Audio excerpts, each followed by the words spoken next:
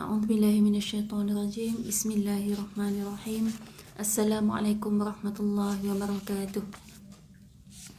Alhamdulillah, alhamdulillah, alhamdulillahi rabbil alamin. Wassalatu wassalamu ala rasulil amin wa ala alihi wa sahbihi ajma'in wa man da'a bida'watihi ila yaumiddin. Qala rabbi shrah li sadri wa yassir li amri wahlul 'uqdatam min lisani yafqahu qawli amma ba'd. Qala Rasulullah sallallahu alaihi wasallam, idza sallatil mar'ah khamsaha wa shamat syahraha wa hafizat farjaha wa ata'at zawjaha qila laha udkhulil jannata min ayyi abwabil jannah syi'ti. Assalamualaikum warahmatullahi wabarakatuh. Baik, alhamdulillah, segala puji bagi Allah yang menyampaikan kita dalam bulan Ramadan pada tahun ini, yang mana para salafus soleh begitu menanti dan begitu mengimpikan kehadiran Ramadan, dan Allah pilih kita untuk masih lagi menikmati Ramadan pada tahun ini. Mudah-mudahan Ramadan pada tahun ini menjadi satu nikmat kepada kita, bukan menjadi azab yang kemudiannya membuatkan kita termasuk dalam golongan mukmin tetapi mukmin yang lemah imannya, atau mungkin kita termasuk dalam golongan yang lalai, yang melalaikan segala ibadah dalam bulan Ramadan. Terutamanya kita mungkin dalam suasana COVID-19, Ramadan kita agak berbeza daripada zaman kanak-kanak kita, kan?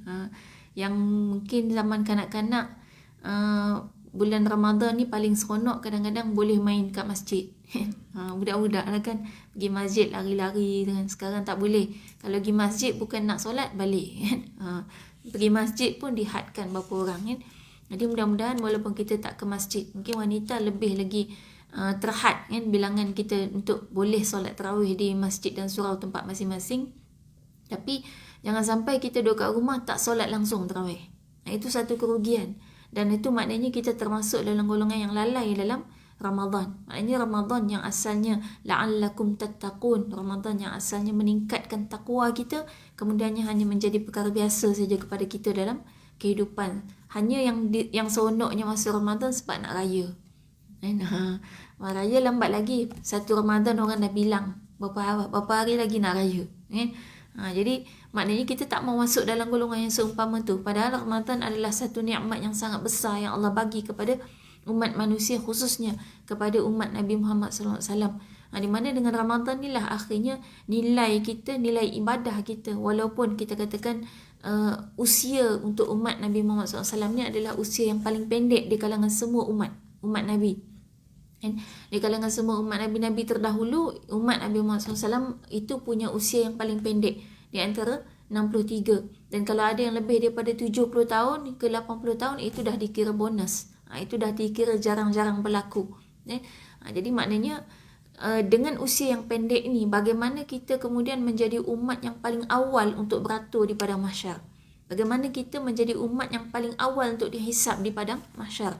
Bagaimana kita menjadi umat yang kemudian layak untuk memasuki syurga Allah SWT yang paling awal, berbanding dengan umat-umat yang lebih awal daripada kita dari segi zamannya. Jadi bagaimana kita nak menjadikan yang sedemikian? Maka Allah berikan kepada kita ibadah-ibadah yang pahalanya berlipat kali ganda. Walaupun kita lakukan hanya dalam satu bulan, tapi dia boleh menyamai 83 tahun. Itulah kalau kita mendapatkan Lailatul Qadar.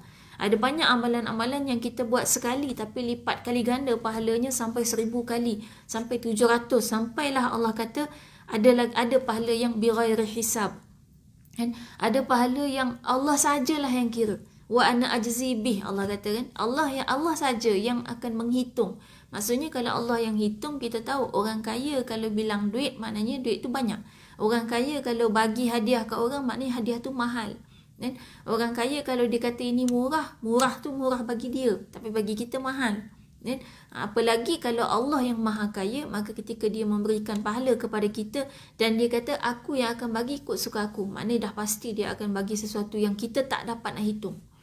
Jadi kalau kita nak dapatkan itu, maka kita kena menjadikan Ramadan ini sebagai satu proses ataupun satu tempoh yang kemudiannya menjadikan kita mukmin yang lebih dekat dengan Allah, yang dapat memperolehi pahala yang berlipat kali ganda, sehingga hanya 30 hari dalam bulan Ramadan sahaja kita dah boleh mendapatkan pahala sebagaimana umat-umat terdahulu yang hidupnya sampai ratusan tahun, sampai ribuan tahun. Jadi hari ini insya-Allah kita akan tengok juga tentang bab Ramadan, sebab kita dengan buku Rahsia Wanita Syurga kita dah sampai bab yang ke-10. Dalam bab yang ke-10 ada satu subtopik tentang Ramadan. Jadi saya kira kita tengok dulu hadisnya tadi yang saya bacakan di awal, muka surat 10, muka surat 216, bab yang ke-10. Tadi di awal saya dah bacakan hadisnya, kita tengok maknanya. Daripada Abdurrahman bin Auf radhiyallahu anhu berkata bahawa Rasulullah sallallahu alaihi wasallam bersabda, apabila seorang wanita mengerjakan solat 5 waktu, berpuasa pada bulan Ramadan, menjaga maruahnya dan taat kepada suaminya, nescaya akan dikatakan kepadanya, masuklah ke dalam syurga dari mana-mana pintu yang engkau kehendaki. Hadis sahih riwayat Ibn Hibban. Baik. Dalam hadis ni disebutkan 4 perkara, kan? Bila seorang wanita buat 4 benda ni, maka dia boleh pilih pintu syurga mana yang kita nak. Baik, yang pertama pintu syurga. Pintu syurga ni ada banyak, dan manusia tu biasanya hanya mampu untuk betul-betul ta'amuk, ataupun kita kata betul-betul bersungguh-sungguh dalam satu saja ibadah. Yang lain kita buat, tapi dia tidak, kita kata betul-betul kita tenggelam dalam ibadah tu. Tapi kalau bagi wanita, ini istimewanya wanita, bahawa kalau kita buat saja 4 perkara ni dengan baik, dengan sempurna, maka kita boleh pilih mana-mana pintu yang kita kehendaki. Pintu syurga tu ada pintu yang namanya Ar-Rayyan, untuk orang yang rajin puasa. Ada pintu yang untuk orang yang rajin solat. Ada pintu untuk orang yang rajin sedekah. Ada pintu untuk orang yang rajin qiyamul lail. Orang yang rajin dengan ibadah-ibadah tertentu, itu ada pintu-pintu khas dia. Dan manusia yang layak masuk dari mana-mana pintu yang dia kehendaki itu, Nabi SAW sebutkan, itulah Saidina Abu Bakar As-Siddiq, yang imannya tu kalau dihimpunkan dan ditimbang, iman Saidina Abu Bakar As-Siddiq dalam satu timbangan, dan kemudian iman seluruh umat manusia yang beriman diletakkan lagi sebelah, maka iman Saidina Abu Bakar As-Siddiq adalah lebih berat daripada iman seluruh umat manusia. Itu Saidina Abu Bakar, dia boleh pilih dari mana-mana pintu yang dia kehendaki. Sebab specialnya ibadah Saidina Abu Bakar ni, belum masuk waktu subuh, dia dah buat semua ibadat sunat. Semua, sampai kepada sedekah, tolong orang, solat-solat sunat, semua ibadat-ibadat sunat. Kalau Nabi tanya, siapa yang dah sedekah hari ni, siapa yang dah buat ni, siapa dah buat ni, semua Saidina Abu Bakar angkat tangan. Settle dia semua sebelum subuh. Kita bangun pun lepas subuh. Ni mujur bulan puasa, bangun sebelum subuh, kan? Jadi maknanya itu ibadah Saidina Abu Bakar. Tapi bagi wanita cukup istimewa, Allah bagi peluang pada kita untuk dapat kedudukan yang seumpama tu, memilih pintu syurga yang mana pun, tapi dengan syarat 4 ni kita sempurnakan. Baik, 4 tu apa? Yang pertama, solat 5 waktu. Kalau tengok di muka surat 217 tu ada kotak-kotak tu. Baik, itu 4 amalan tu. Baik, yang pertama adalah solat 5 waktu, kan? Kemudian yang kedua, berpuasa pada bulan Ramadan. Yang ketiga, menjaga maruah. Dan yang keempat, taat kepada suami. Baik, kalau kita tengok keseluruhan 4 ni, mungkin kita rasa, aku settle lah ni, solat tak tinggal, puasa semua puasa, kan? Jaga maruah, tak adalah kita sampai pernah kena tangkap basah, kan? Taat kepada suami, tak adalah kita ni sampai suami kata kita isteri dahaka. Kira macam okey lah, kan? Dah settle lah ni, bolehlah masuk syurga. Dah, nanti dulu, kan? Kita 4 perkara ni mungkin kita buat, tapi sekarang ni yang menjadikan kita boleh masuk pintu syurga dengan hanya melakukan 4 ni adalah keempat-empat ni disempurnakan. Sempurna dengan makna kata mendapatkan pahala yang sebenar-benarnya daripada ibadah ni. Jadi yang kita akan dalami dalam bab ni adalah bagaimana kita nak menyempurnakan. Dan saya suka untuk mencungkil juga sebenarnya apa puncanya wanita itu boleh lalai daripada mengerjakan 4 perkara ni, yang kadang-kadang kita tak sedar. Dan satu lagi, kita kadang-kadang tengok, mungkin orang lelaki tengok, kenapa perempuan buat je 4 ni dah boleh masuk syurga, senangnya. Baik, nombor 1, itulah dia keistimewaan wanita. Bila dipandang di dunia ini secara fizikalnya sebagai lemah, sebenarnya lemahnya secara fizikal, lemahnya secara kacamata kasar kita itu seimbang dengan tanggungjawab yang dipikulkan ke atasnya. Jadi lelaki awas. Jangan rasa aku kuat, aku hebat, aku pemimpin. Maka dia pun seronok dan excited menggunakan kuasanya di dunia. Jangan lupa bahawa bila diberikan kekuatan fizikal, maka ada amanah dan tanggungjawab yang berat. Seumpama kekuatan fizikalnya, sesuai dengan fizikal yang dia ada. Kemudian kalau diberikan dia kepimpinan, bila Allah kata lelaki arjal qawwamuna 'alan nisa, lelaki adalah pemimpin ke atas wanita. Jangan suka dan seronok kemudian menjadi diktator. dan menjadi seorang pemimpin yang membuat arahan pelbagai dengan merasakan kuasa itu ada di tangannya. Tak, dengan Allah melantik dia sebagai pemimpin ke atas wanita, ada tanggungjawab yang besar ke atas dia, dan tanggungjawab itu kita tak pikul, kan? Dan kemudian sama juga Allah bagi dia segala kelebihan-kelebihan kemampuan, kan, yang mungkin secara fizikal tak nampak kelihatan ada pada wanita. Itu semua dengan tanggungjawab yang sangat berat.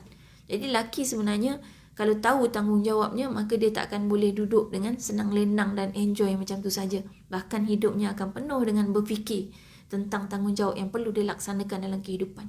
Contoh kita ambil satu, kalau berkahwinnya seorang lelaki dan wanita, kadang-kadang kita lihat dalam budaya adat istiadat kita, melihat perempuan je lah yang mula berfikir tentang apa tanggungjawab yang dia kena buat bila dia dah kahwin.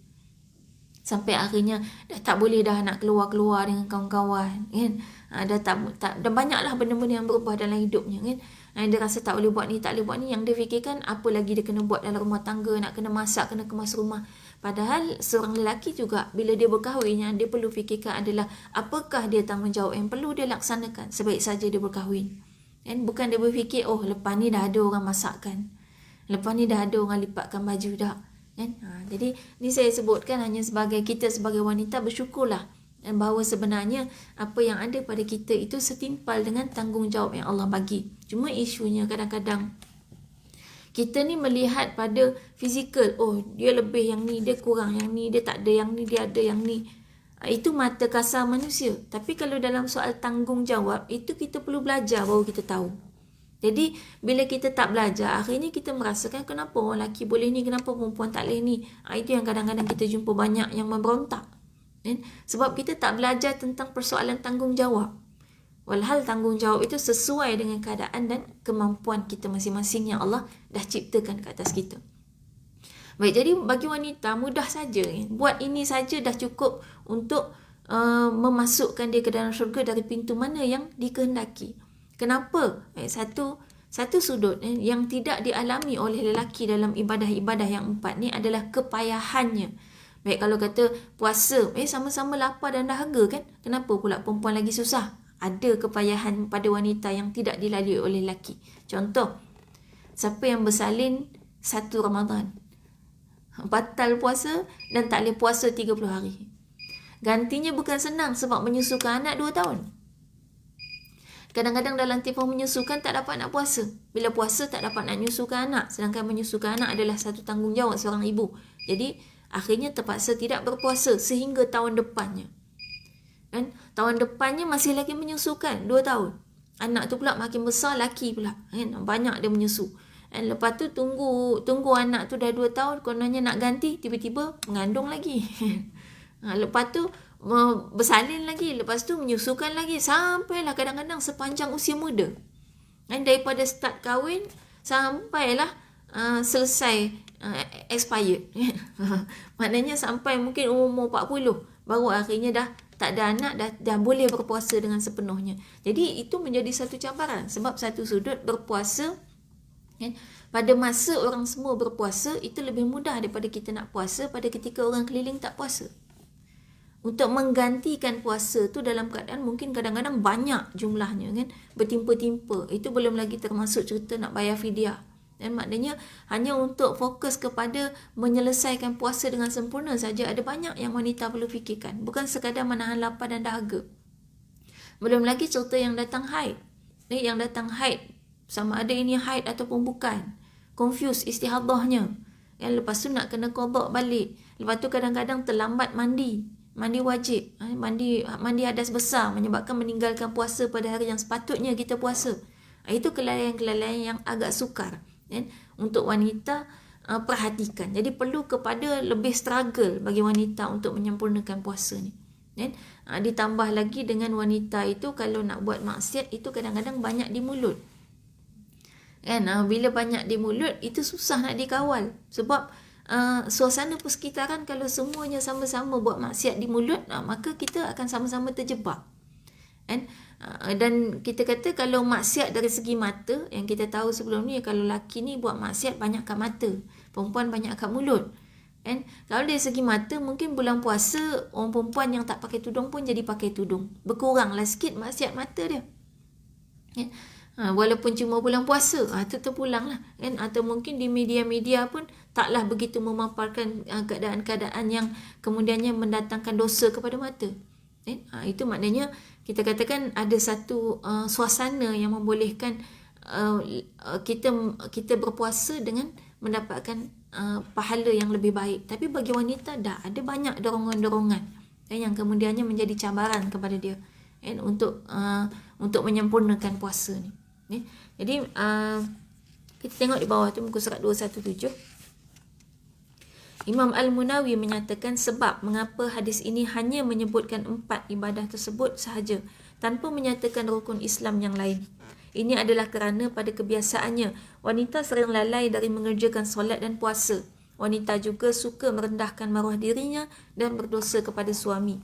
Manakala ibadah zakat dan haji pula tidak dinyatakan sebagai kunci syurga kerana biasanya wanita tidak mempunyai harta sendiri yang melayakkannya mengerjakan ibadah-ibadah tersebut, melainkan menunggu orang yang menafkahinya untuk membayarkan zakat dan membawanya menunaikan haji. Baik, jadi Imam Al-Munawi menjelaskan kenapa 4 ni saja. Mungkin kalau kita faham dari sudut zahir hadis seolah-olahnya kalau gitu rukun Islam yang lain tak payah buat kan. Tapi di sini dijelaskan bahawa bukan bermakna itu. Tapi maknanya rukun Islam dan rukun iman tetap perlu disempurnakan. Cuma diberikan fokus kepada 4 ni sebab kalau nak sebut tentang zakat dan haji untuk wanita, itu biasanya yang membayarkan zakat dan haji dan menghajikannya adalah orang yang menafkahinya. Sebab itu sebenarnya antara tanggungjawab seorang suami bila dah kahwin, dia kena pastikan isteri dia tu dah pergi haji ke belum. Menghajikan isteri adalah tanggungjawab suami. Ni banyak suami tak fikir. Tapi yang bagi yang dah kerja kat sini dekat Kementerian Kerja Raya ni kaya-kaya belaka, tak payahlah duk tunggu duit suami kan. Kita consider dalam rumah tangga mungkin ada kewajipan seorang isteri yang kita tak dapat selesaikan dengan baik disebabkan kita bekerja, maka anggaplah duit kita tu sebagai sedekah. Jadi walaupun kita pergi haji dengan duit kita sendiri, itu sebenarnya nilainya satu kita haji, yang keduanya kita bersedekah kepada suami. Jadi kalau sebut kita sedekah kepada suami kan, kita dah pernah sebut sebelum ni kan, sampai kepada pakaian yang kita beli ni, nak raya beli baju raya ni biasanya perempuan lebih concern. Suami ada yang kata baju tahun lepas boleh pakai lagi. Perempuan lah yang sibuk, tahun ni tak ada baju kan. Baik, kalau sepatutnya yang wajib untuk menyediakan pakaian kepada isteri dan anak-anak itu suami kan. 2 set setahun, luar dalam atas ke bawah. Bukan baju luar je, bukan baju raya je tak, dengan tudung, dengan stocking, dengan semua selengkap kan? Itu kewajipan. Baik, jadi sebenarnya kalau untuk suami kita cadangkan gini kan, dalam setahun tu untuk melengkapkan kewajipan tu, masa raya lah beli. Jadi tak adalah isteri tak puas hati dan suami pun melaksanakan kewajipan. Yang jadi masalah kadang-kadang isteri minta masa raya, masa tak raya pun minta juga. Jadi banyak sangat baju setahun, padahal kewajipannya cuma 2 set. Baik, kalau misalnya suami tak beli juga, maka isteri beli sendiri 2 set tu, maka itu nilainya adalah sedekah, dan itu adalah sedekah kepada suami. Baik, suami wajib bagi makan kepada kita, kemudian dia tak bagi sebab kita ada duit sendiri, kita cari duit sendiri, kita cari makan sendiri. Maka setiap kali kita makan yang menjadi kewajipan dia kan, dalam sehari itu 2 kali kan, itu adalah menjadi sedekah. Nilainya sedekah kita kepada dia. Banyaknya kita dapat sedekah bulan Ramadan kan.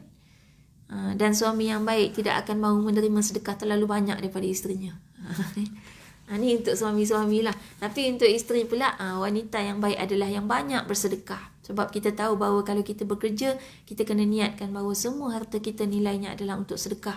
Bukan untuk kita kemudian pegang duit sendiri sebab nak beli apa yang kita suka. Bukan tu tujuan kita bekerja. Sebab kita diberikan upaya, kemampuan. Kemudian ada sebahagian wanita yang mampu untuk kemudian bekerja, dan di situlah kita kemudian menggunakan nikmat yang Allah bagi kepada kita, kembalikan ke jalan Allah. Dan nikmat Allah bagi kepada kita, misalnya suami yang memahami, yang mengizinkan isterinya untuk bekerja. Nikmat yang Allah bagi kepada kita, kemudian kita ada tenaga yang kita mampu untuk bekerja. Kita ada kemahiran untuk kita bekerja. Dan itu nikmat daripada Allah, dan kita kembalikan ke jalan Allah dengan cara bersedekah. Cuma sedekahnya macam mana kita nak susunkan. Di antaranya tadi yang kita gunakan untuk kita sendiri, yang sepatutnya menjadi kewajipan suami. Kemudian kita gunakan duit yang kita dapat daripada hasil kita bekerja, itu nilainya sedekah. Selain daripada itu, sedekahlah di bulan Ramadan. Itu amalan yang terbaik antara amalan yang kita perlu perbanyakkan dalam bulan Ramadan.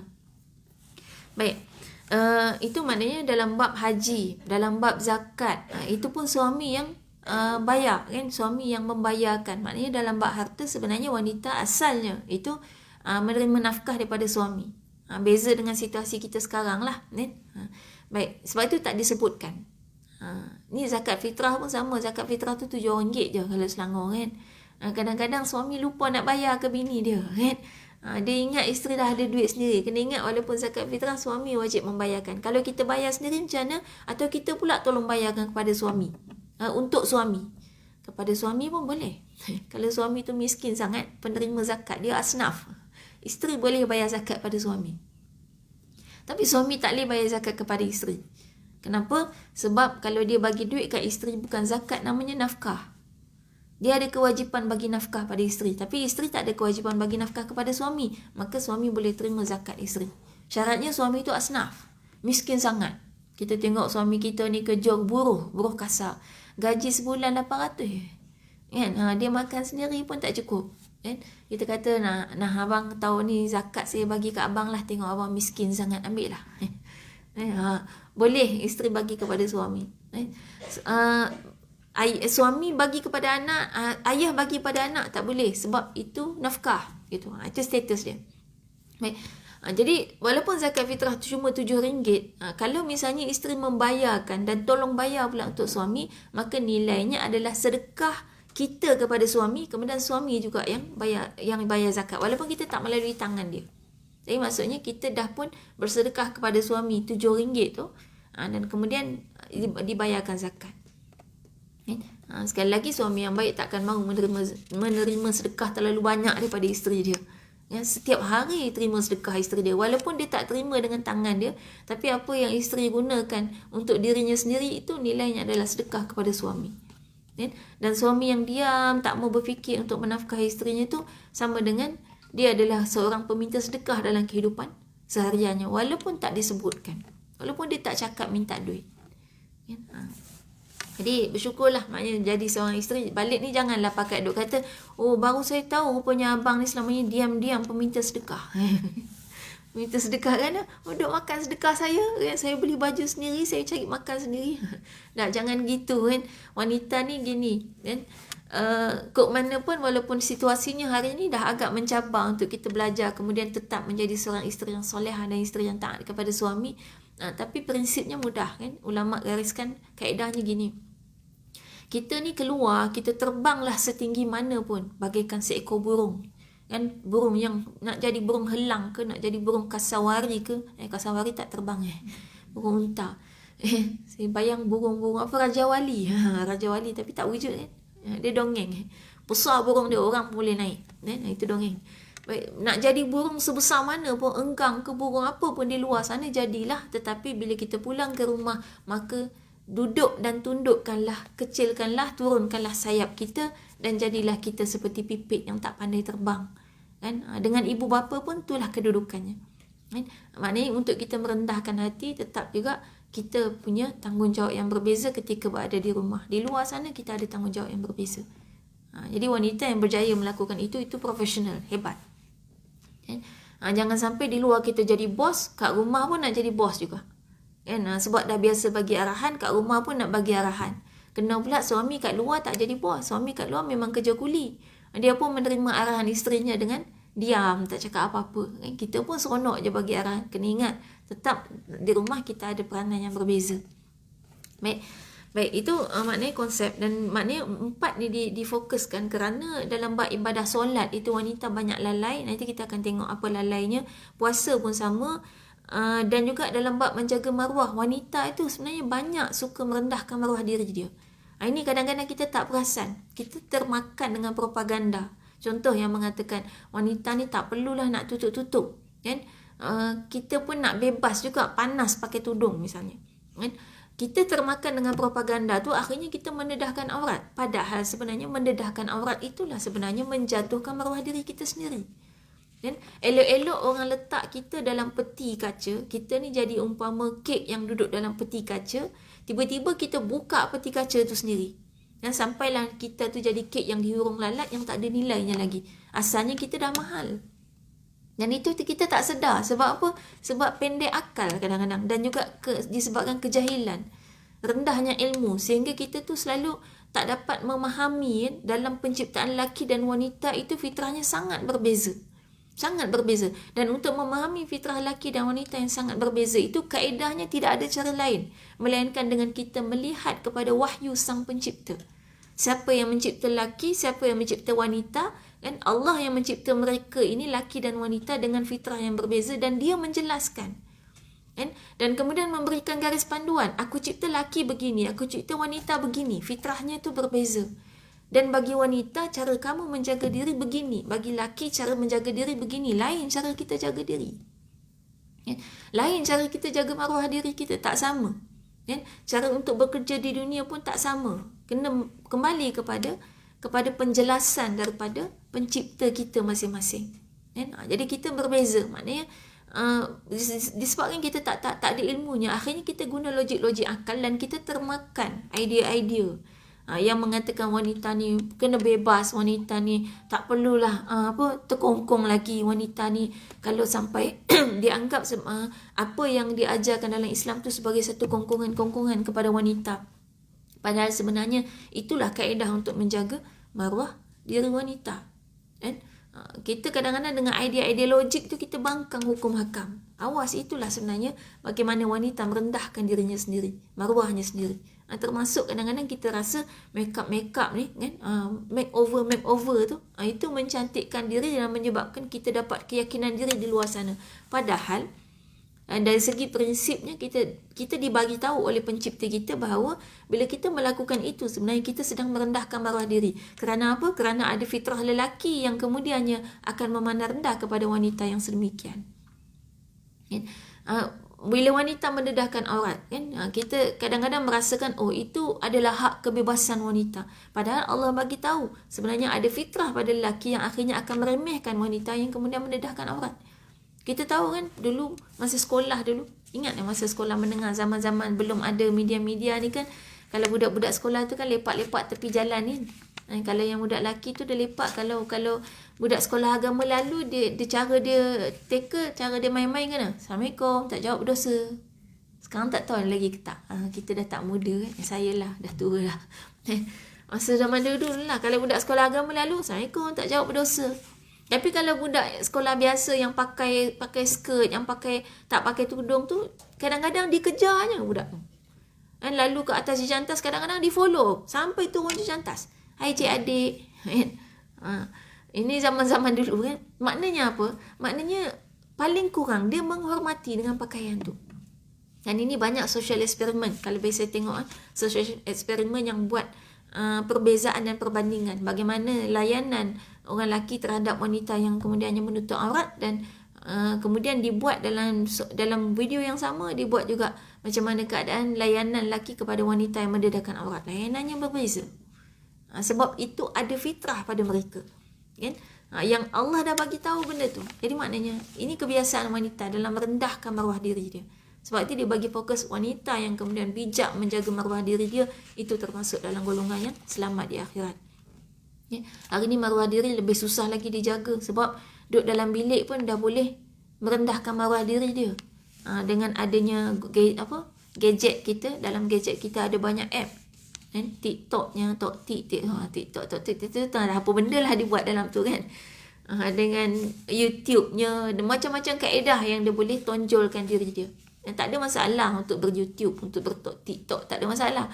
Asalkan menjaga maruah diri. Nak jaga maruah diri, kaedah macam mana? Itu kena ikut balik garis panduan yang Allah ajarkan. Begitu juga dalam bab taat kepada suami, itu antara perkara yang menjadi medan jihad kepada seorang wanita. Kita perlu ingat bahawa bagi wanita, kita ada medan jihad kita, lelaki ada medan jihad dia. Dan kalau Allah dah tetapkan medan perang adalah medan jihad lelaki, dan ketika ada wanita yang nak pergi medan jihad itu, kemudian Nabi SAW katakan, cukuplah kamu haji untuk mendapatkan pahala sebagaimana lelaki. Menunjukkan di situ bahawa medan jihad kita berbeza. Jadi kalau kita nak memberontak, kenapa kita je yang kena gini dalam rumah tangga, kena banyak benda? Sebab medan jihad kita tu banyak dalam rumah tangga. Dan itu sebenarnya jauh lebih mudah daripada orang lelaki yang medan jihadnya di luar sana lebih luas. Laki bukannya tak perlu taat kepada sesiapa. Tak, wanita hanya perlu taat kepada seorang suami yang ada dalam rumah. Tapi lelaki perlu taat kepada banyak individu di luar rumah. Antaranya, dalam tugas dia melaksanakan tanggungjawab sebagai khalifah Allah. Dia ada pemimpin dia. Dan dengan pemimpin dia, dia perlu walak. Konsep taat kepada pemimpin. Dia juga kena belajar macam mana caranya untuk taat kepada pemimpin. Jadi sebenarnya adil gitu. Cuma laki tu dia perlu lebih Allah bagi dia satu software lah kan. Software dalam diri dia untuk dia kemudian boleh berfikir, boleh belajar gitu di luar sana untuk memilih mana satu pemimpin dia, mana satu medan jihad dia. Dan dia ada medan jihad perjuangan di luar sana. Bila sebut jihad jangan bayang perang saja. Dia bekerja di luar pun dikira jihad juga. Dan bahkan seorang lelaki yang keluar betul-betul bertujuan untuk mencari nafkah kepada keluarganya, kemudian meninggal di tengah jalan, maka matinya syahid. Dia ada medan jihad. Jangan rasa tak adil. Allah Maha Adil ketika memberikan segala tanggungjawab, tugas kepada kita semua. Jadi maknanya sebagai wanita, medan jihad kita adalah dalam rumah. Dan itu sangat mudah. Kecil je rumah tu. Kalau lelaki medan jihadnya dunia ni, dia lebih luas lagi, lebih susah lagi sebenarnya. Cuma kenapa jadi lelaki pula jadi menampak senang? Sebab dia tak belajar. Itu je masalah dia. Dan bila dia tak belajar, masalah dia sampai akhirat lah. Dia akan ada masalah depan Allah. Jadi sekarang ni tugas kita belajar je apa yang kita perlu pelajari. Baik. Jadi itu sebabnya. Itu sebabnya. Dan juga kita ni kalau buat 4 perkara ni, maka insya-Allah Allah izinkan kita masuk dari mana-mana pintu syurga bersama dengan as-sabiqunal awwalun. As-sabiqunal awwalun ni siapa? Ini adalah golongan yang memeluk Islam pertama-tama ketika Islam mula datang. Maknanya mereka golongan yang paling awal masuk syurga, dan wanita ada peluang tu. Dan kita kalau betul-betul beriman, ini kita kejar ni. Kita betul-betul akan usaha. Baik, dan hari ni kita skip tentang solat. Kita ambil tentang puasa dulu. Kalau solat 5 waktu muka surat 219, kita ambil muka surat 222. Puasa pada bulan Ramadan. Sempena bulan Ramadan ni, sebab kuliah kita pun sebulan sekali. Maknanya ni lepas ni habis Ramadan dah lah kita jumpa kan. Bincang pasal Ramadan ni, tahun depan pula lupa pula. Baik, puasa pada bulan Ramadan macam mana kita nak sempurnakan? Baik, yang pertama Imam Al-Ghazali ada bahagikan puasa kita ni kepada 3 tahap. Ada ranjah kat bawah tu. Baik, tahap yang pertama puasa golongan awam, hanya menahan lapar dan dahaga serta nafsu syahwat dari perkara yang membatalkan puasa. Kemudian naik level sikit, puasa golongan al-khusus. Selain menahan lapar dan dahaga, seseorang itu menahan telinga, mata, lidah, tangan dan kaki, anggota zahir dari segala perbuatan maksiat. Dan naik lagi satu level, puasa khusus, golongan khusus al-khusus, iaitu selain menahan lapar dan dahaga, hatinya juga berpuasa dari memikirkan segala kesibukan dunia dan tidak memikirkan suatu apapun selain Allah. Baik, kalau tengok 3 level ni, level atas sekali tu lambat lagi kot kan. Atau kalau ada yang dah dapat, alhamdulillah. Dia ni level macam mana atas sekali? Tak apa, kita cerita sikit yang atas sekali ni, cerita je untuk buka mukadimah. Mudah-mudahan ada cita-cita dalam diri kita, satu masa kita akan dapat yang ni. Baik, apa yang dia buat ialah tahan lapar dan dahaga sama macam orang lain kan, sama semua. Kemudian ini yang susah nak buat ni. Dalam fikiran kita tu tak ada selain Allah. Kita buang semua kesibukan dunia, hanya tinggal urusan Allah saja, urusan akhirat saja. Jadi sambil masak tak adalah ingat sambil khayal kan? Ataupun duk fikir malam ni nak buka puasa apa. Dah, itu bukan lagi jadi kesibukan kita kan? Besok nak sahur apa? Dah, kita makan apa yang ada, kita sahur apa yang ada. Maknanya urusan dunia, urusan nanti nak makan apa, nanti nak minum apa, nanti nak urusan-urusan dunia semua tolak ke tepi kan? Jadi kalau misalnya kita bekerja, bukan sampai tak kerja lah kan, kita bekerja pun kita betul-betul pasang niat dari awal tu, aku buat apa pun hari ni semuanya untuk ibadah kan? Buat apa pun semuanya untuk ibadah. Kemudian balik kita hanya fikir, mungkin ada masa je kita tak fikir nak rehat dah, kita fikir nak baca Quran, kita fikir nak berzikir, kita fikir nak betul-betul ingat Allah. Jadi dalam 24 jam sama sekali tidak ada waktu untuk kita mengingati urusan-urusan lain. Ni kadang-kadang urusan dunia apa kita ingat? Urusan sakit hati. Tu je pun, tu urusan dunia tu. Dan baru tadi kawan tu laser. Lepas tu yang kita duk fikir ni puasa-puasa ni sampai hati dia laser aku. Dah, itu tak ada dalam fikiran kita. Kan? Urusan dunia lah tu. Kan? Urusan dunia apa? Urusan dunia berjanji nak ni cari baju raya. Walaupun baju raya tu sunat kan. Ada baju yang kita gembira untuk pakai pada pagi raya. Tapi kalau sampai 7 shopping mall kita pusing. Itu dah urusan dunia namanya. Bukan disuruh kita cari baju yang paling entahlah, paling macam mana tak tahulah, sampai 7 shopping mall. Rajin nak pusing. Ni mujur ada COVID. Ni kebaikan, hikmah. Tak payah deposit pusing shopping mall. Tapi online pun sama juga. Online 7 hari 7 malam. Cari baju raya satu. Itu pun maknanya dah sampai kita memikirkan urusan dunia. Cukup baju raya ni kadang-kadang kita ni, tambah orang perempuan ni complicated kan. Color pun kira. Kan? Kalau beli online salah kirim color bergaduh. Padahal pakai color apa pun tutup aurat. Tapi itulah wanita. Jadi maknanya kita kata dalam keadaan kita sebenarnya kalau saya prefer sebelum raya tu dah siap. Cuma ada orang kata semangat sangat nak raya. Tak, bukan isu semangat nak raya, semangat nak puasa lah ni. Jadi beli baju raya sebelum puasa. Kenapa? Supaya bulan puasa tak fikir baju raya. Cuma kadang kita ni sebelum puasa dah beli, sepanjang puasa fikir baju yang dah beli tu. Duk belek sana, belek sini, try pakai lagi. Cuba pakai, lepas tu duk try baju tu. Lepas tu tiba-tiba hujung puasa ada pula sale, nak beli lagi satu. Tu masalah dia. Kalau macam tu tak payahlah beli sebelum raya. Dan isunya adalah sebelum raya supaya kita boleh fokus dalam bulan Ramadan hanya memikirkan untuk ibadah. Jadi ni satu masa kalau boleh kita sampai target ni untuk jangan dapat puasa golongan khusus al-khusus.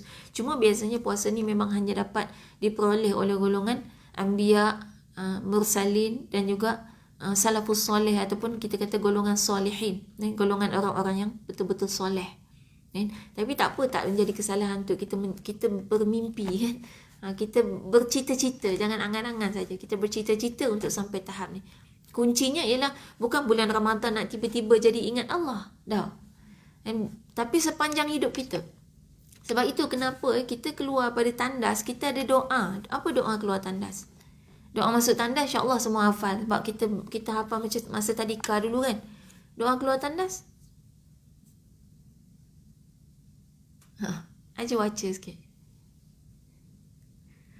Keluar tandas ada doa. Itulah masa tadika tak belajar. Dia ajar masuk je. Lepas tu masuk tak keluar-keluar. Baik, keluar tanda ada doa. Dan doanya tu ghufranaka. Mula dia. Ghufranaka. Ampunilah kami ya Allah. Kami mohon ampun kepadamu ya Allah. Ghufranaka. Alhamdulillahilladzi adhaba annil adha wa afani. Ya Allah, kami mohon ampun kepadamu ya Allah, dan juga aku bersyukur, segala puji bagi Allah kan, yang telah pun alhamdulillahillazi adhaba anni, yang telah pun menghilangkan daripadaku kesakitan, penyakit al-adha wa afani, dan memberikan kepadaku kesihatan. Nikmat dapat buang air kan. Kalau 3 hari 3 malam tak dapat buang air, menderita. Jadi itu satu nikmat besar. Cuma kenapa di awal itu ghufranaka, kenapa minta ampun dapat buang air? Sebab dalam toilet selalu orang lalai. Tambah-tambah yang suka nyanyi dalam bilik air. Apa yang dipikir?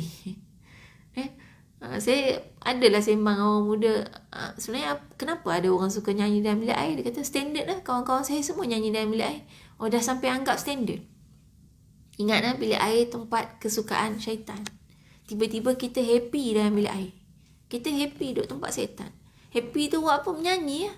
Sampai menyanyi. Memang ada orang suka nyanyi dalam bilik air kan? Memang ada kan? Saya pernah tanya juga, kenapa best? Adalah kan dulu-dulu kan, sama dulu-dulu. Apa yang best nyanyi dalam bilik air? Dia kata dalam bilik air tu dia bergema. Kita nak dapat mic tu kan mic mahal tu. Mic yang jenis suara jadi sedap. Itu yang jadi suka tu. Kena ingat, maknanya bilik air bukan tempat untuk kita berlama-lama. Sebab tu tak perlu letak kapet dalam bilik air. Letak telefon dalam bilik air. Bilik air yang dah macam bilik hotel kan, bilik air untuk kita kemudian selesa dan berlama-lama dalam bilik air. Bilik air tempat syaitan. Dan dalam bilik air itu tempat yang selalu manusia lalai. Hatta kepada kita buang air pun kadang kita lalai daripada ingat Allah. Sebab tu keluar daripada toilet kita minta ampun. Sebab apa kita minta ampun? Sebab tak ingat Allah masa dalam bilik air. Kadang-kadang terlampau sakit perut, tak ingat apa-apa dah, ingat sakit perut je. Jadi itu maknanya kita kata sekarang ni poinnya adalah sampai pada saat yang manusia biasa lalai itu pun kita masih lagi ingat Allah. Ketika Allah bagi nikmat kepada kita, kita boleh buang air. Kita boleh sampai tak sembelit. Itu nikmat daripada Allah. Ini yang kita kata sekarang ni kita nak aturkan dalam kehidupan harian kita, dalam suasana yang orang biasa lalai pun kita tak lalai. Apatah lagi dalam suasana biasa-biasa kita sentiasa ingat Allah SWT. Cuba lazimilah kita biasakan zikir tu. Zikir ni sampailah kita jadi auto click. Tak payah klik. Kita kan kadang macam zikir ni kena buka Swiss. Dia zikir lah, macam on Swiss. Subhanallah, Alhamdulillah. Sekarang ni kita nak dia auto, jalan je. Kalau kita tak buat, kita tak cakap benda lain, kita berzikir. Kalau kita tak berzikir secara zahir pun, hati kita tak auto. Kita tak payah fikir tentang benda-benda lain. Yang ada dalam hati kita hanyalah zikir, hanyalah ingat Allah. Itu kena ada stamina perpanjangan. Baik, pergi kepada golongan khusus al-khusus, atau kita ambil golongan bawah sekali dulu. Ini yang lebih pendek lah kita nak cerita. Puasa golongan awam. Golongan awam ni macam mana? Hanya menahan lapar dan dahaga, dan juga benda-benda yang membatalkan puasa. Itu yang kita belajar. Antara benda yang membatalkan puasa ialah memasukkan sesuatu ke dalam rongga. Rongga ni kena faham lah. Rongga ni maknanya bukannya lubang. Lubang hidung memang ada lubang, tapi rongga tu di pangkal sini, bukannya awal-awal. Bukan awal-awal hidung ni, tak. Jadi kalau misalnya kita wuduk, itu makruh untuk kita kemudian berkumur-kumur dan masukkan air dalam hidung kalau siang hari bulan puasa. Tapi dia makruh, dia belum haram. Jadi maknanya masukkan air belum haram, tapi kalau sampai pedih kat pangkal hidung ni, dosa. Bukan dosa, batal puasa. Jadi sebab tu elakkanlah, tak perlulah. Sama dengan kita titik air mur kat mata. Mata belum rongga lagi, jadi tak batal puasa lagi, tapi makruh sebab dia boleh menyebabkan mungkin air mur tu sampai ke tekak. Kita rasa kelat-kelat, kita tersedak ke, itu maknanya dah sampai ke dalam rongga, batal puasa. Jadi kita elakkan. Ada yang tanya ni, korek telinga macam mana? Korek telinga kalau di yang luar-luar tu tak batal lagi, tapi kita takut kita tertolak dan termasuk. Dan termasuk dalam rongga. Rongga ni maknanya yang dipangkal betul-betul dekat tengkorak kita ni. Itu maknanya dah boleh batal puasa. Jadi makruh lah kita buat aktiviti-aktiviti ni. Baik, kalau masuk air kot kulit macam mana? Masuk makanan kot kulit. Dia bukan rongga, kalau ikutkan tak batal puasa. Tapi kalau duk masuk makanan tiap-tiap hari, nak bagi kenyang, itu faham sendirilah. Maknanya kita tak niat puasa. Tak boleh. Maknanya kita puasa ni bertujuan kita, antaranya adalah kita merasakan lapar dan dahaga yang dirasakan oleh orang yang kurang berkemampuan, orang miskin. Sebab itu kalau boleh kita tak payah makan vitamin penambah tenaga, itu lebih kita dapat merasai. Ni kan sekarang macam-macam produk lah kan. Makan ni bertenaga, makan ni dapat lebih sihat, lebih bertenaga. Dia tak ada masalah nak makan. Tapi dengan syarat gini, bila sihat bertenaga siang hari bulan Ramadan, jangan buat maksiat dengan kesihatan dan tenaga tu. Kalau kita kemudian dengan bertenaga dan sihat, kita on semua maksiat macam biasa. Mengumpat pun sihat walafiat nak bercakap. Tak ada letih-letih, tak ada haus-hausnya. Nak pergi merayau-rayau, merata-rata tu pun kita bertenaga. Kalau itulah kita gunakan tenaga kita, maka tadi yang kita makan vitamin, kita keluarkan kos untuk tambahkan makanan-makanan tambahan sehingga kita sihat bertenaga untuk buat maksiat, itu adalah harta yang akan Allah tanya. Allah tanya, ke mana kamu guna ni? Untuk beli vitamin. Untuk apa kamu makan vitamin ni? Untuk dapat tenaga. Untuk apa kamu dapat tenaga? Supaya dapat buat aktiviti macam biasa. Aktiviti apa kamu buat? Adalah. Tak boleh bagi tahu pula kan. Itu maknanya kita kata harta tu akan dinilai sebagai harta yang telah pun kita gunakan ke jalan maksiat.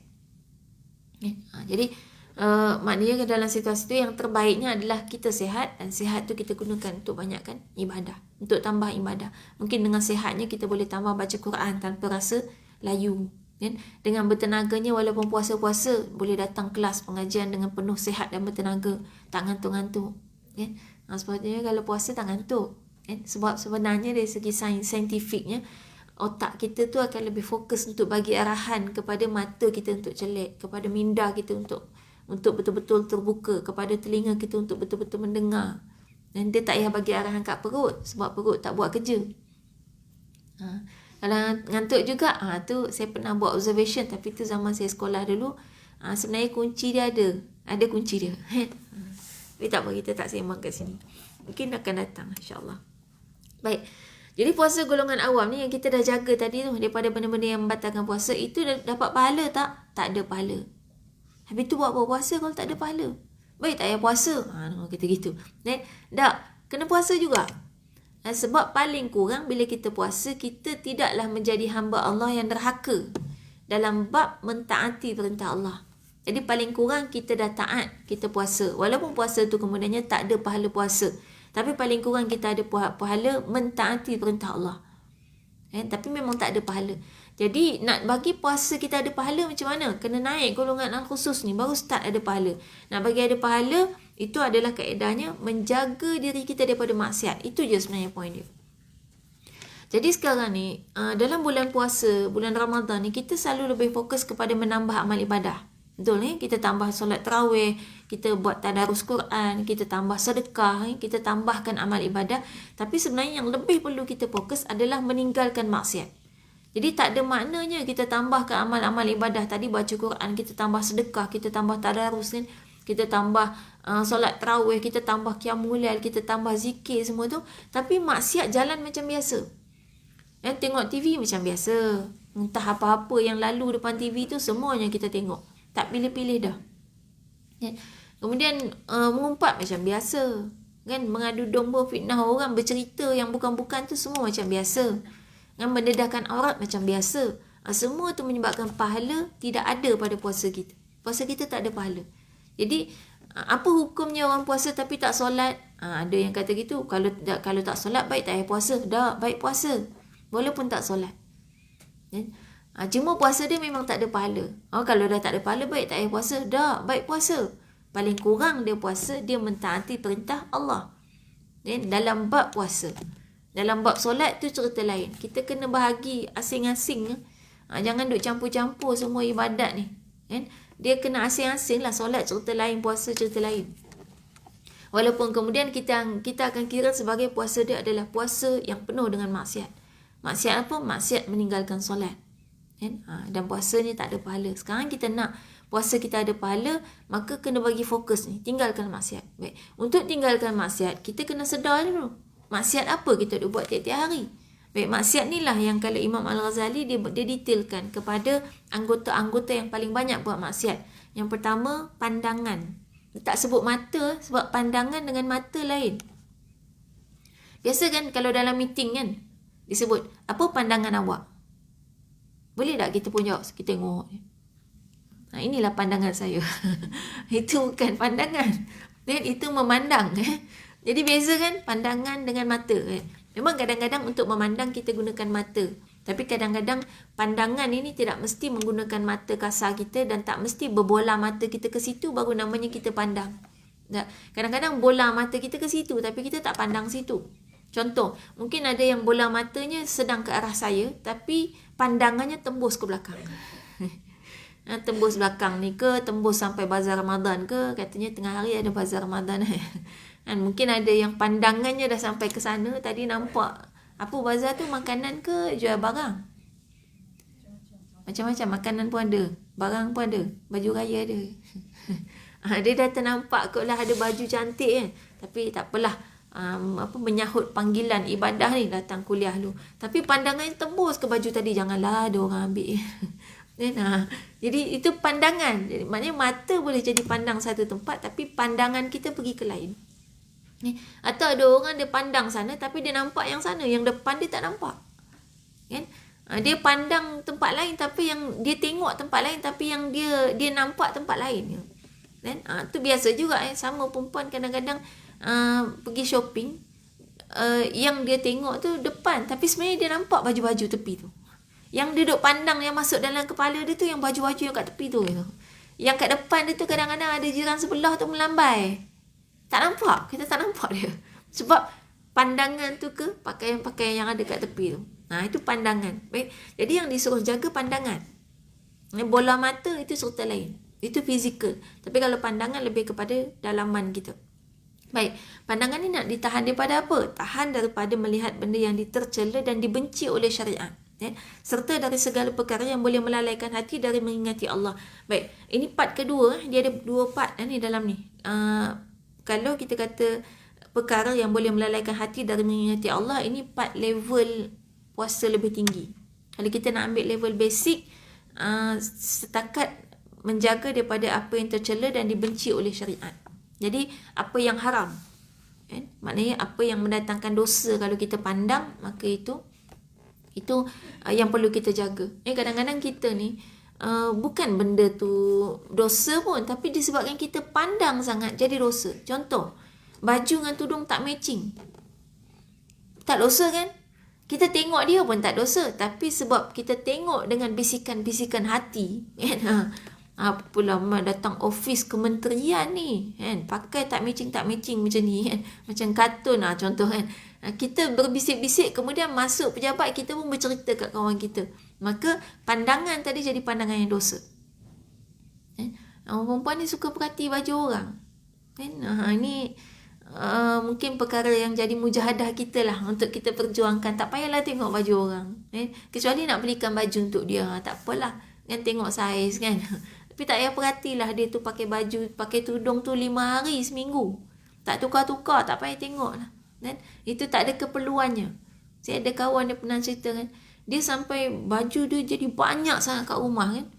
Saya tengok banyak sangat baju, saya macam mana boleh jadi sampai macam ni, sebab saya kenal dia dulu bukan gitu. Dia dulu sangat, orang kata apa tak kisah sangat lah baju-baju apa, tak banyak pun baju dia dari dulu. Dia tak suka sangat beli-beli baju. Terus sekarang dia jadi berubah gitu kan. Saya tanyalah macam mana boleh jadi gitu. Dia kata dulu masa dia kerja kat satu sekolah tu jadi cikgu kan, kawan dia tegur, kata kau ni tak ada baju lain ke? Aku tengok baju kau tu duk pakai baju tu je berulang-ulang gitu. Macam tukar-tukar sikit. Jadi sebab kawan tu jenis laser, setiap hari dia tegurnya baju, akhirnya dia pun beli baju. Ini wanita kalau bekerja, ini antara cabaran. Jangan sampai kita, yelah biasalah kita tak mau orang kata, kita pun akhirnya termakan dengan kata-kata tu, kita akhirnya membazir kan. Itu termasuk maksiat juga, membazir. Baik. Hari ini maknanya masalah ni kadang kita perhatikan dengan pandangan. Jadi pandangan itu sebenarnya tak dosa. Tengok orang pakai baju, pakai tudung lengkap tutup aurat bukan dosa. Tapi sebab pandangan itu membawa kepada dosa, maka kena tundukkan pandangan. Tundukkan maksudnya bukan tak tengok dia, bola mata tengok. Tapi pandangan tu jangan sampai kita akhirnya menganalisis. Menganalisis apa yang ada depan mata kita. Kuih, buka-buka puasa kuih orang puasa ni macam-macam gaya kan. Kadang-kadang cantik tapi rasanya innalillah. Kadang-kadang rupanya entah bengkok-bengkok, belok-belok, penyek-penyek kan. Kita tengok pun dah tak berkenan kan. Dengan pandangan macam tu kita jaga tu pandangan. Kalau orang bagi kat kita kuih, alhamdulillah, terima kasih. Apa pun yang terjadi lepas tu serah pada Allah. Kan? Itulah dia liku-liku berpuasa kan. Kita kadang-kadang dah puasa tertinggal lah kan, masak kat dapur, lepas tu terlupa kan, terhangit lah macam-macam gaya kan. Tu maknanya kita kata benda yang antara yang kita kena jaga pada pandangan. Itu saya bagi contoh, sebab kita muslimat ni kadang-kadang lain sikit bila cerita buat pandangan ni. Pandangan mata, kalau orang lelaki senang cerita maksiat, maknanya melihat aurat, melihat ni. Wanita ni kalau dia kata pandangan mata apa yang buat maksiat tu. Sebab kalau kata nak tengok lelaki buka aurat, susah orang lelaki nak buka aurat. Aurat dia pusat hingga lutut je. Dekat office ni saya percaya tak ada orang lelaki buka aurat. Kan? InsyaAllah lah, kalau ada tu maknanya dia alung datang dari luar kot. Acung datang dari luar kan. Dia nak hantar barang ke. Dia bukan orang pejabat ni. Sebab orang pejabat takkan pakai yang buka antara pusat hingga lutut. Itu orang lelaki. Jadi memang susah lah untuk berlaku maksiat yang seumpama tu. Ini saya bagi contoh yang kadang-kadang kita tak perasan maksiat-maksiat yang biasa wanita lakukan. Baik. Itu pandangan mata. Kemudian menjaga lidah. Lidah dari berkata perkara yang tidak berfaedah. Serta gurau senda, mengumpat dan dusta. Lebih banyak diam, memperbanyakkan zikir dan membaca Al-Quran. Baik, kalau kita pilih antara yang disenaraikan kat sini, maksiat yang jelas adalah mengumpat dan berdusta. Kita jaga dalam bulan Ramadan, kalau sampai kita bohong sikit je. Kadang-kadang bukan apa, nak cover diri biasanya. Jadi kadang-kadang kita bukan nak tipu tapi nak cover diri. Contohnya kenapa punch in lambat? Kita reka cerita. Kan? Walaupun kadang-kadang taklah salah sepenuhnya tapi betulnya sikit. Dia tetap dikira kita mengarang cerita dan maknanya kita telah pun berdusta. Ini bulan puasa boleh membatalkan pahala puasa. Jaga-jaga.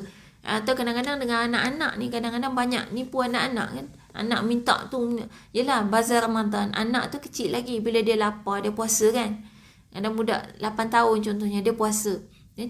Bila pergi bazar Ramadan semua dia nak. Untuk menghalang dia daripada beli semua tu, jaga-jaga jangan sampai kita menipu dia. Contohnya kata nanti mak buat, padahal tak ada bahan pun kat rumah, tak ada plan pun nak buat kan? Tapi kita kena kawal juga, tapi bukan dengan kaedah berbohong. Sebab bohong boleh batalkan puasa kita. Hati-hati. Dan dusta juga termasuk yang Nabi SAW sebutkan. Nabi kata, memadailah seseorang itu kafa bil mar'i kadiban. Memadailah seorang itu dikatakan sebagai pendusta. Ayyaqula kullama sami'a.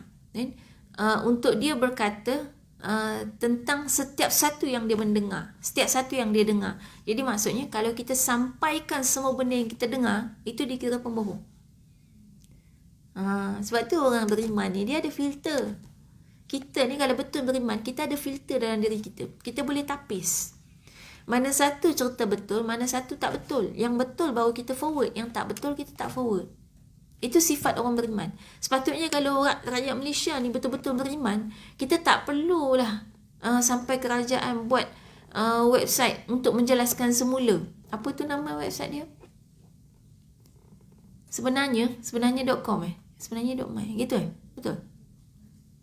Saya pun tak ingat ni. Maknanya sampai perlu ada sebenarnya gitu kan. Perlu menjelaskan. Sebab apa? Sebab perangai kita tu bukan perangai orang beriman yang ada filter, yang suka forward tanpa menapis. Dan itu termasuk dusta. Yang kalau kita nak tahu, sifat itulah yang menjadi punca Sayyidatina Aisyah kemudiannya difitnah berzina. Kita tahu dalam hadithul ifki, Sayyidatina Aisyah dituduh berzina. Cerita itu mula dicetuskan oleh orang munafik, tapi disebarkan oleh orang beriman yang lemah imannya, yang tak ada filter dalam diri dia, yang tak menapis cerita semua. Apa yang dia dengar cerita. Kita kan kadang-kadang kita ni cerita, ni yang baik sikit dia buat ayat gini. Dengar kata kan, gini. Wallahualam lah betul ke tidak. Ini wallahualam lepas tangan. Wallahualam ulama guna bukan untuk lepas tangan. Wallahualam ulama guna setelah dipastikan fakta tu, kemudian hujungnya wallahualam juga. Sebab takut yang dah dipastikan pun silap juga. Tapi itu di luar kemampuan kita, Allah yang lebih tahu. Itu guna wallahualam. Bukannya tak pasti, tak tahu, agak-agak kita terus wallahualam. Itu maknanya lepas tangan. Betul bukan sifat orang beriman. Jadi dusta ni, inilah dusta yang seumpama ni yang kadang-kadang kita tak perhatikan, dan tu boleh membatalkan pahala puasa. Baik, gurau senda. Adakah bulan puasa semua kena serius? Tak boleh gurau langsung. Kan? Kawan tegur, Assalamualaikum. Cantik baju. Saya puasa, jangan duk gurau-gurau. tak boleh. Bukan gitu. Bukan gitu. Maknanya gurau senda ada had dia. Dan kita kadang-kadang kalau tengok ada gurau senda yang di luar batasan. Luar batasan ni contohnya sampai kepada maksiat. Kan? Ada gurau senda yang mengumpat. Dia bergurau, kan? Buat orang ketawa, dia mengumpat orang lain. Ada gurau senda yang kadang-kadang memalukan orang. Dan contohnya kita tahan tali, orang tu pun jalan-jalan tersondol jatuh, itu menyakitkan dia. Itu gurau senda yang melampau, menyakiti orang. Gurau senda yang macam ni lah yang boleh bawa kepada dosa. Kadang orang tu memang ketawa tapi dia sakit. Bukan hanya sakit fizikal, sakit hati juga. Cuma sebab dia nak dikatakan sporting ataupun dia nak jaga hati kawan dia pun ketawa, padahal dia sakit hati. Kita lah kalau dibuat macam tu, apa perasaan? Kan ada dulu orang suka gurau-gurau. Kalau orang yang muda-muda ni, dia gurau apa? Tarik kursi bila kita nak duduk. Dah berumur dia tak berani lah. Sekali jatuh gedebuk masuk wat, dia juga pening kan? Cuma itu gurauan termasuk yang melampau kan? Jadi gurau senda yang macam ni boleh membatalkan pahala puasa.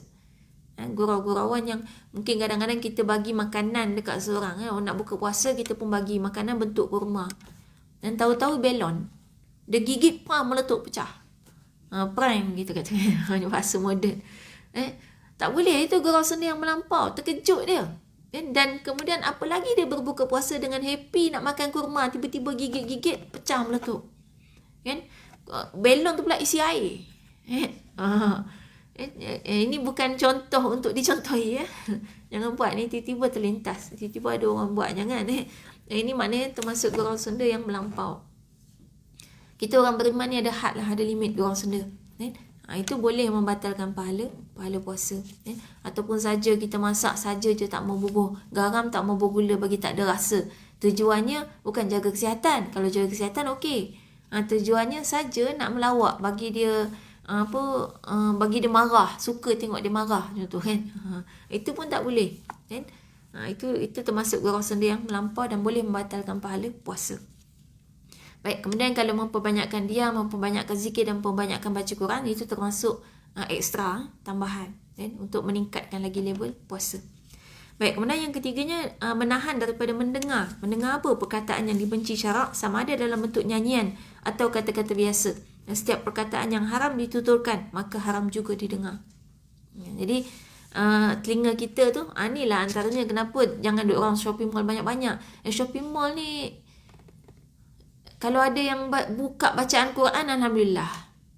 Sebaliknya, kalau yang buka lagu-lagu yang kemudian melalaikan kita, kadang-kadang dah buka lagu raya awal-awal puasa ni, dan kita pun duk ingat nak raya, memang lalai kita. Shopping mall ataupun pasar, tempat membeli belah, itu antara tempat yang syaitan suka. Sebab banyak manusia lalai kat sana. Jadi maknanya dengan kita mendengar semua tu yang membuatkan kita kemudian lalai, itu boleh membawa kepada dosa. Tapi kalau mendengar benar-benar betul-betul dosa, misalnya orang mengumpat, kita mendengar. Terdengar lain cerita, tapi yang namanya terdengar bukan dengar daripada awal sampai habis. Itu bukan terdengar, itu memang mendengar. Kan start je enjin orang tu, buka je, kat PA kan, kita pasang telinga. Lepas tu orang tanya, dengar apa? Saya terdengar je tadi. Terdengar tu cerita dari pukul 9 sampai 10 pagi, semua dengar. Itu bukan terdengar, itu mendengar. Kan? Kita ni mendengar pun tak ingat, yang terdengar tiba-tiba ingat. Macam mana tu? Yang mendengar dalam kelas ni kan, balik kadang tak ingat pun kan. Yang terdengar orang mengumpat tiba-tiba ingat belaka, itu bukan terdengar, itu namanya mendengar. Baik, kalau terdengar itu dimaafkan, tapi sekali sepintas je kemudian kita istighfar dan jauhi apa yang kita dengar tu. Itu kalau dengar maksiat. Baik, kemudian yang keempat, anggota badan. Baik, anggota tubuh lain tu termasuk tangan, kaki dan perut. Tangan, kaki dan perut kita nak jaga daripada maksiat. Baik, tangan ni sekarang ni banyaklah dosa tangan. Dekat handphone kita tu ada macam-macam. Hati-hati ya. Ni kita dah selalu ulang lah ya. Mungkin bagi wanita, sebelum dia pada ada handphone, wanita tu susah nak buat dosa tangan. Dia nak pukul siapa? Dia sendiri tu kalau kena pukul pingsan. Dia tak boleh nak. Dosa tangan susah untuk dibuat. Tapi sejak ada gadget, wanita lah yang menguasai dunia maya. Dan habis semua di type-nya dekat Facebook. Habis semua masuk di forward-nya. Itu perempuan rajin. Jadi maknanya di situ kita perlu perhatikan. Bukan perempuan je lah, lelaki pun termasuk. Cuma kuliah kita kuliah muslimat. Dan memang dikatakan memang dunia maya ni banyak dikuasai oleh wanita. Sebab wanita lebih ada banyaklah kelebihan yang membuatkan wanita itu akhirnya banyak menguasai dunia maya. Jadi maknanya media sosial, terutamanya media sosial. Jadi di situ dosa tangan. Kaki kita pun, mungkin kaki kita susah lah kalau nak buat dosa yang sampai menyakiti orang dengan kaki, itu mungkin susah. Tapi dosa kaki ni termasuk ke mana kita bawa kaki kita, melangkah ke mana gitu kan, ke tempat maksiat ke, atau kadang-kadang tempat tu bukan tempat maksiat, tapi kita memang menuju ke situ untuk buat maksiat. Tu yang biasa pergi rumah jiran untuk mengumpat, memang tujuan pergi tu nak mengumpat, maka itu perjalanan kaki menuju maksiat. Pergi masjid, memang pergi masjid, tapi tujuan pergi masjid tu adalah untuk yang penting maksiat. Ada banyak tujuan. Sekarang ni bila terhad wanita pergi masjid, wanita komplain kan, kenapa perempuan sikit je boleh pergi masjid. Sepatutnya kita tak ada masalah, sebab wanita tu tempat terbaiknya untuk solat memang dalam rumah. Jadi bila COVID kata tak boleh, bukan COVID yang kata tapi dengan keadaan COVID ni, wanita akhirnya tak boleh ramai ke masjid, sepatutnya menjadi motivasi kepada kita untuk belajar macam mana cara tarawih sendiri, dan menjadi suntikan semangat kepada kita supaya tak tidur dalam tarawih. Kadang yang seronok makmum ni tidur pun tak apa. Tu seronok tu. Tak payah fikir nak baca apa dalam solat, tapi bila sendiri kena baca. Dan kena fikir nak baca surah apa dalam solat tarawih. Takkanlah tiap hari daripada 1 Ramadan sampai 30 Ramadan, rakaat pertama kuliah, rakaat kedua kulhu, rakaat ketiga kuliah, keempat kulhu, kelima kuliah, keenam kulhu, ketujuh kuliah, ke-8 kulhu. Kan? Kalau tidak kulhu kan? Semuanya kul tu je. Dan kita tukar-tukar juga yang lain. Yang akhirnya kita bermotivasi untuk kemudian menghafalkan balik tu juzuk 30. Saya percaya masa kecil-kecil dulu banyaklah surah kita hafal. Tapi bila dah besar-besar ni asyik makmum je, lupa habis semua. Tu yang surah-surah agak ke tengah tu kan. Idza zulzilatil ardu zilzalaha. Dah. Lepas tu apa kan? Ataupun yang wadduha, yang panjang sikit, yang baca untuk witir tu lagilah. Sabbihisma rabbikal a'la. Panjang sikit tu, lebih pada setengah muka. Dan ni kalau dah ada peluang kat rumah, alhamdulillah sebenarnya memotivasi. Sepatutnya kita boleh hafal balik. Bukan kita anggap sebagai kenapa tak lagi masjid. Tak, kita kan gembira dengan apa saja yang Allah takdirkan kepada kita, dan kita tu menerima semuanya dengan keadaan kita tetap beribadah walau dalam keadaan apa sekalipun. Yang bagus satu tempat, ada satu tempat kuliah pengajian tu, dia pengajian suri lah, suri rumah kat taman tu. Sebelum Ramadan tu dia kuliah setiap minggu kan. Saya dengan dia orang sebelum Ramadan tu dia orang minta ajarkan cara untuk tarawih di rumah dengan anak-anak. Masya-Allah, saya kata bagus. Maknanya ada keinginan. Siap beli alatan yang cukup lah untuk kemudian nak solat tarawih kat rumah kan, nak tengok Quran ke, nak letak Quran kat depan ke. Kan kalau juzuk 30 paling kurang membantulah kalau ada Quran. Letak kat depan kan. Jadi solat dengan anak-anak boleh gile-gile. Kadang anak jadi imam, kadang mak jadi imam, kan, bertukar-tukar. Dan surah pun kena bertukar-tukar lah. Dan kalau sampai 30 Ramadan, selesai 30 kali kuliah kali 8 kan. Dengan 30 kali kulhu kali 8. Setiap malam 8 kali 30. Dan apa tu? 240 kali hatam kulhu, baik hatam Quran. Jadi tu maknanya kita kata kaedah, dan kita tak perlu komplain. Yang sepatutnya sebenarnya kota perempuan tu kan orang lelaki yang duduk, sebab orang lelaki memang tempat solat dia dekat masjid. Bahkan dalam 3 mazhab itu mewajibkan lelaki solat jemaah di masjid untuk solat 5 waktu. Mazhab Syafi'i saja sunat muakkad.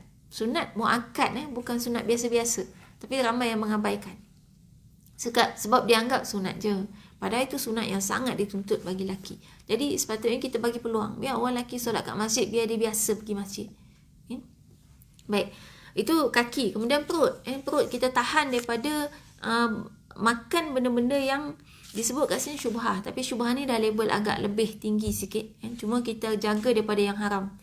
Yang haram ni kadang-kadang kita kan maklum lah kan. Kalau kita pergi bazar Ramadan, kita beli je. Memanglah kat bazar Ramadan tak ada label halal, dan kita tak perlu tanya pun label tu. Nanti kata balik ni habis tanya dengan peniaga bazar Ramadan, ada label halal, logo halal ada, logo halal.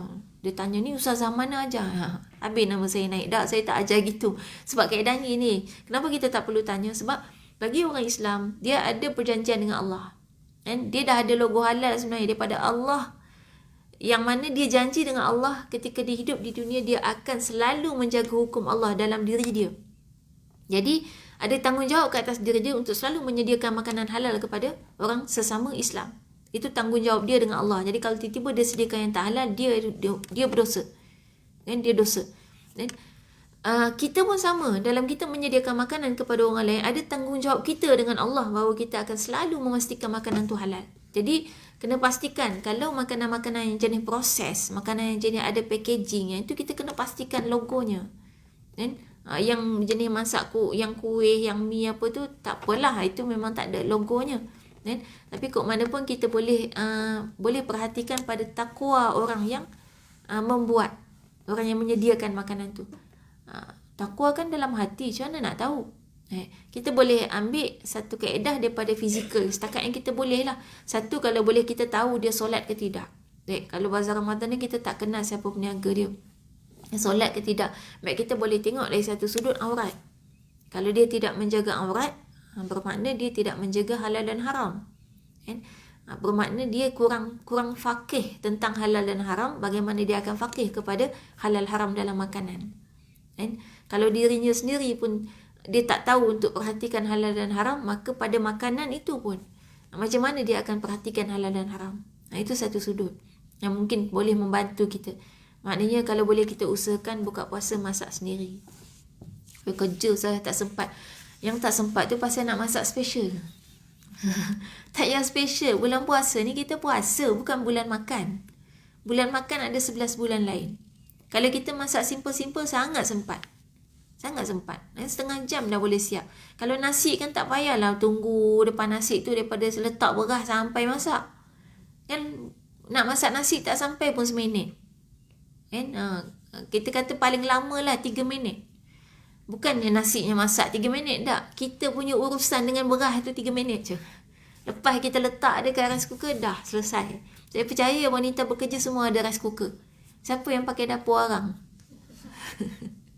Alhamdulillah tak ada. Dapur arang tu kot lah berjuang lebih sikit. Jadi maknanya sebenarnya sangat simple. Lauk kita tak perlu terlalu bersungguh-sungguh sangat lah. Kita ada 11 bulan nak masak sungguh-sungguh. Yang bulan ni kita makan sekadar apa yang ada.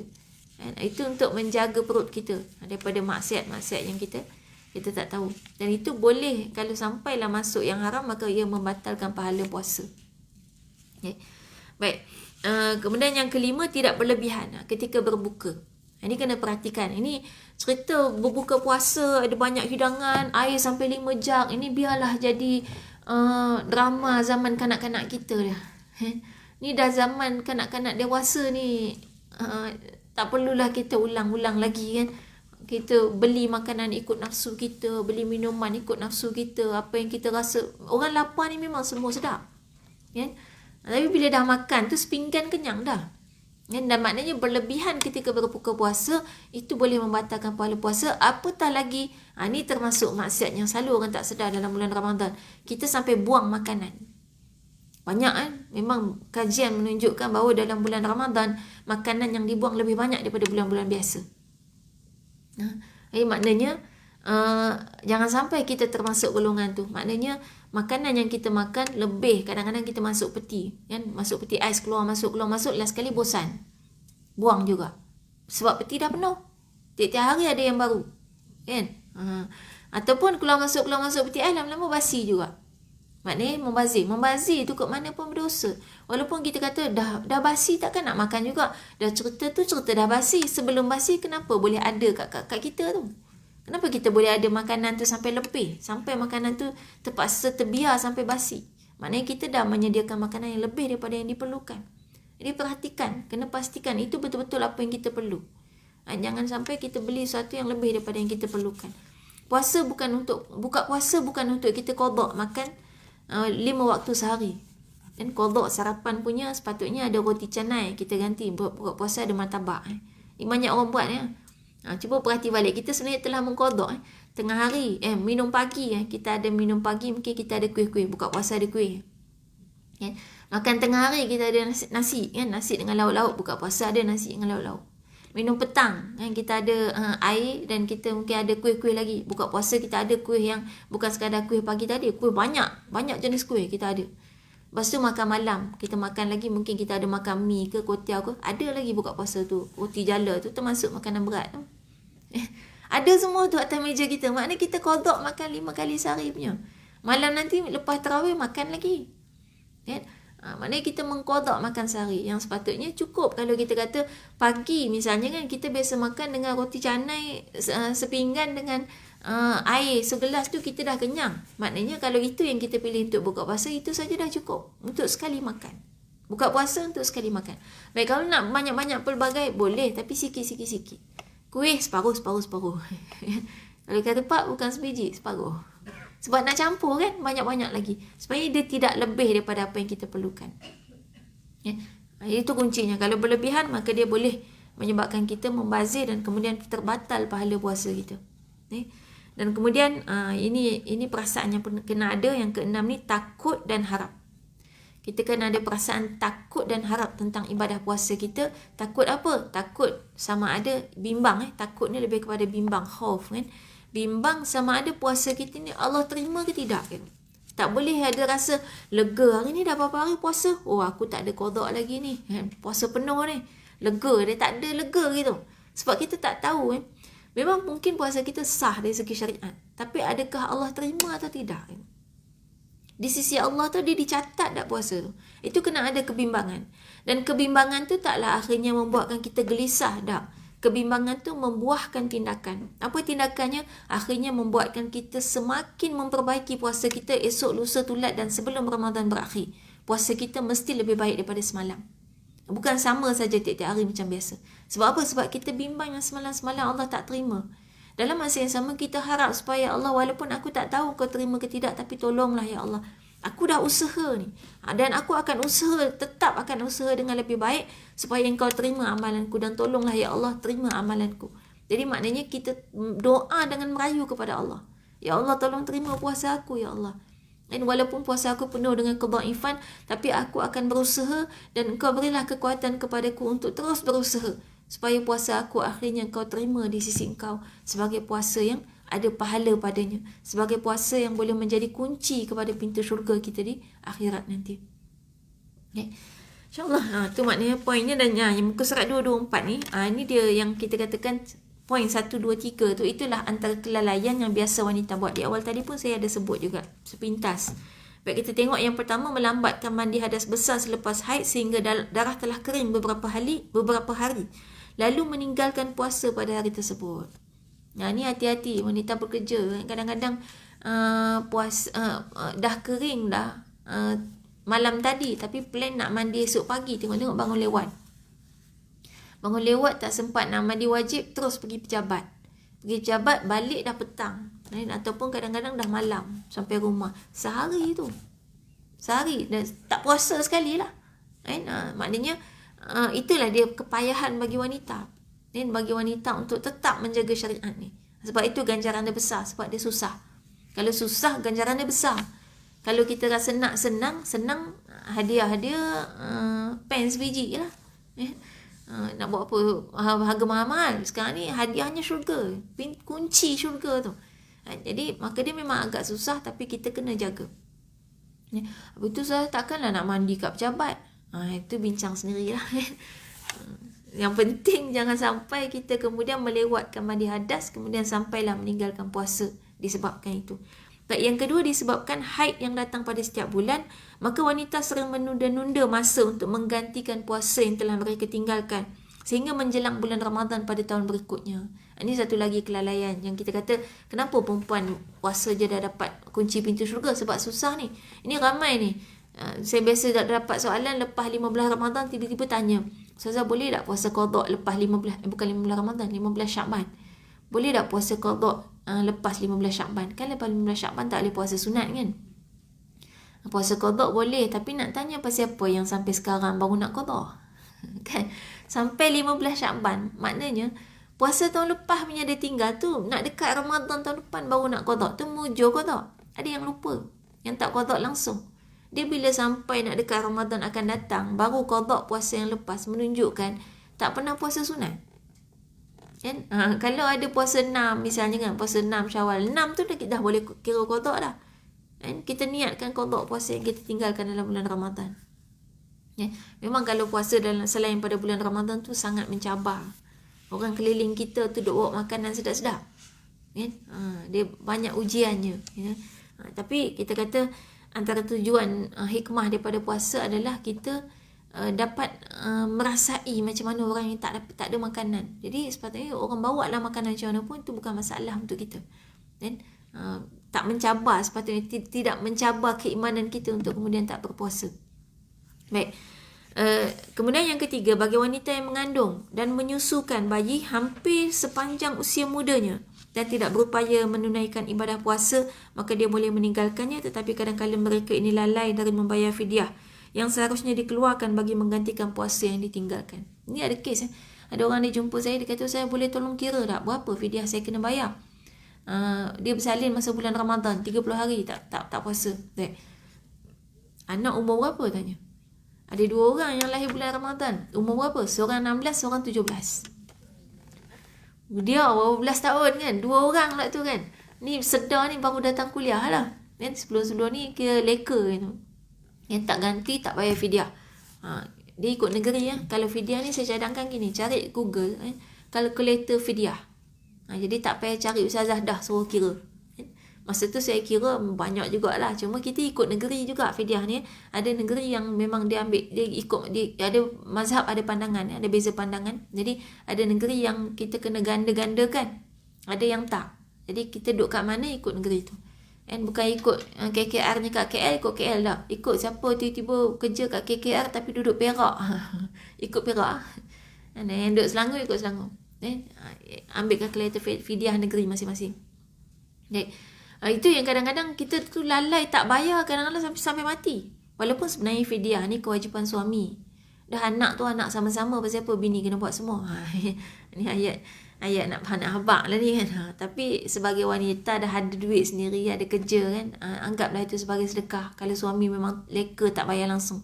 Cuma kalau boleh kita cuba juga bagi tahu, walaupun kita kemudian nak bayar sendiri pun tak apa, tapi kita cuba bagi tahu untuk sekadar bagi concern. Dia sebagai lelaki dia kena tahu dan dia kena ambil kisah benda tu.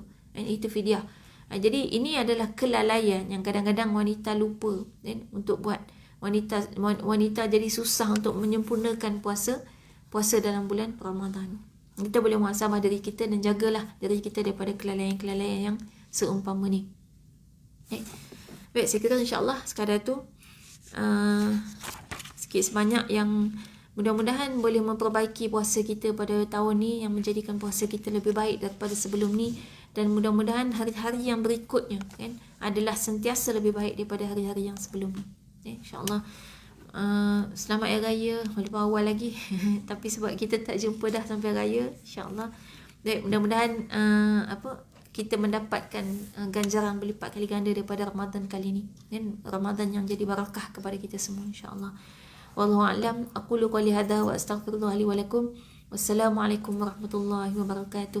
Kita tutup dengan tasbih kafarah dan suratul Asr. Subhanakallahumma bihamdika asyhadu an la ilaha illa anta astaghfiruka wa atubu ilaik. Wal 'asri innal insana lafi khusr illa alladhina amanu wa 'amilus solihati wa tawassaw bil haqqi wa